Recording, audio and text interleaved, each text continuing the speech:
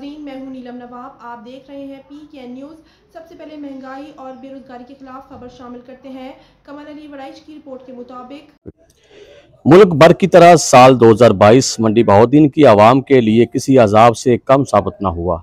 ये बोली बाली कौम मुल्क के अदाकार और ड्रामेबाज सियासतदानों के खोखले नारों में मईशत और मुल्की इस्तेहकाम की उम्मीद की किरण के लिए महंगाई, बेरोजगारी, फाकाकशियों के अलावा बदअमनी, दहशतगर्दी, जुराइम और बासर अफराद के जुल्म बर्दाश्त करके मौत की नींद को सीने से लगाने पर मजबूर हो चुकी है। उम्मीद की तमाम किरणें दम तोड़ चुकी हैं। हुक्मरान बिजली, गैस, पेट्रोल, आटा, घी में रोज बरोज इजाफा करके और डिप्टी कमिश्नर मंडी बहाउद्दीन AC प्राइस मजिस्ट्रेट अपने गर्म और ठंडे दफातर में मौज मस्तियां करके अयाशियों में मसरूफ रहे।